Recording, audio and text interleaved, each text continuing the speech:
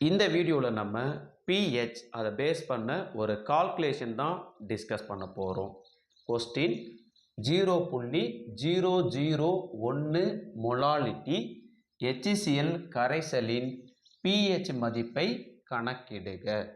நமக்கு 0.001 molality HCl கரைசல் கொடுத்துருக்குறாங்க. இதனுடைய pH மதிப்பை நம்ம கணக்கிடணும்.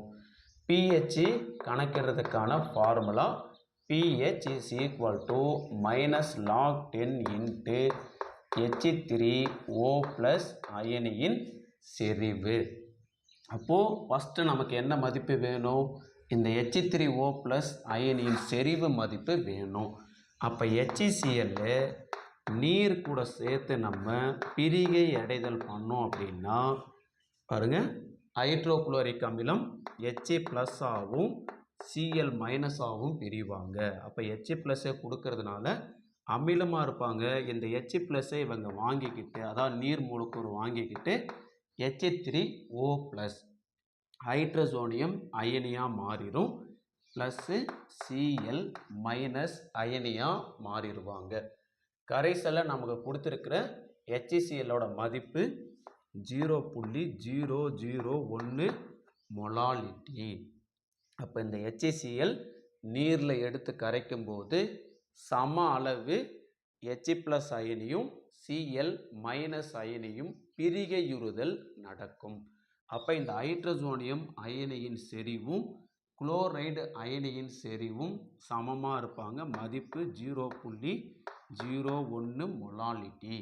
அதே மாதிரி குளோரைடுக்கும் 0.001 மொலாலிட்டின்னு இருக்கும்.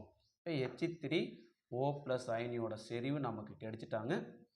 ஃபார்முலாவில் எடுத்து அப்ளை பண்ணோம் அப்படின்னா ஆன்சர் ரெடி. அப்போ pH is equal to minus log 10 into 0.001 molality. அப்புறம் பேசிக்கலாம், மதிப்பு மட்டும் இப்போ பிரதிட்டு இருக்கிறேன். இந்த 0.001 is equal to பாருங்கள், 1 டிஜிட் 2 டிஜிட் 3 டிஜிட் தள்ளி புள்ளி வச்சோம் அப்படின்னா 1 × 10⁻³ இவங்களை எழுதலாம். 1 × 10⁻³ 10⁻³ வந்துடும். இவங்க தான் H3O+ அயனியின் செறிவு. அப்போ இந்த மதிப்புக்கு பதிலாக 10⁻³ இங்கே பிரதியிடலாம். இப்போ pH is equal to minus log 10 into 10⁻³ இப்போ minus log 10 into 10⁻³ இந்த 10⁻⁻ எந்த மதிப்பு இருந்தாலும் அவங்க முன்னாடி வந்துடுவாங்க. -3 இருக்காங்க, மைனஸும் பெருக்கணும்னா ப்ளஸ்ஸு.